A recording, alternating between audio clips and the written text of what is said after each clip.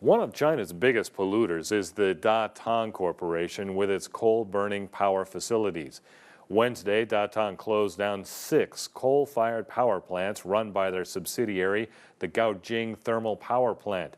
According to the South China Morning Post, Datang is among 89 power producers, steel and non-ferrous metal smelters shamed by the Environmental Protection Ministry in China. The state-owned company was issued a regulatory ban on all its proposed power projects and was ordered to close 250 megawatts of small and inefficient coal-burning generators.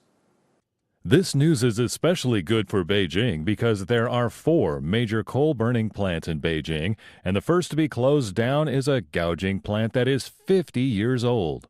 The Xinhua story of the closure said they will replace the coal-burning thermal plant with wholly generated clean energy.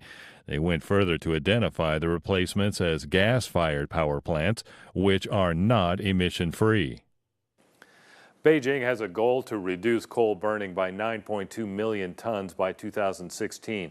According to the Union of Concerned Scientists, gas produces half as much carbon dioxide, below a third of nitrogen oxides, than coal-fired power plants.